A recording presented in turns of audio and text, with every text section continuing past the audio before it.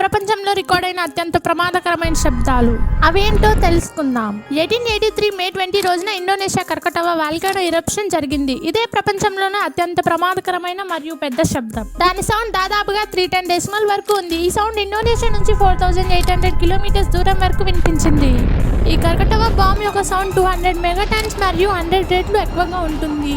ఈ బాంబ్ మన భూమి మీద పరిశీలించిన అత్యంత పెద్ద న్యూక్లియర్ వెపన్ టెసర్ బాంబ్. 1961 అక్టోబర్లో నార్త్ ఆర్టికాలో సోవియట్ యూనియన్ దీన్ని పరిశీలించింది.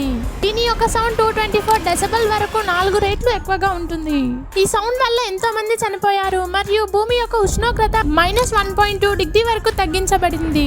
ఈ సౌండ్ 50,000 కిలోమీటర్ల వరకు వినిపించింది. దాదాపుగా 36,000 మంది వరకు చనిపోయారు. ఇప్పుడు దీని యొక్క సౌండ్ వినండి.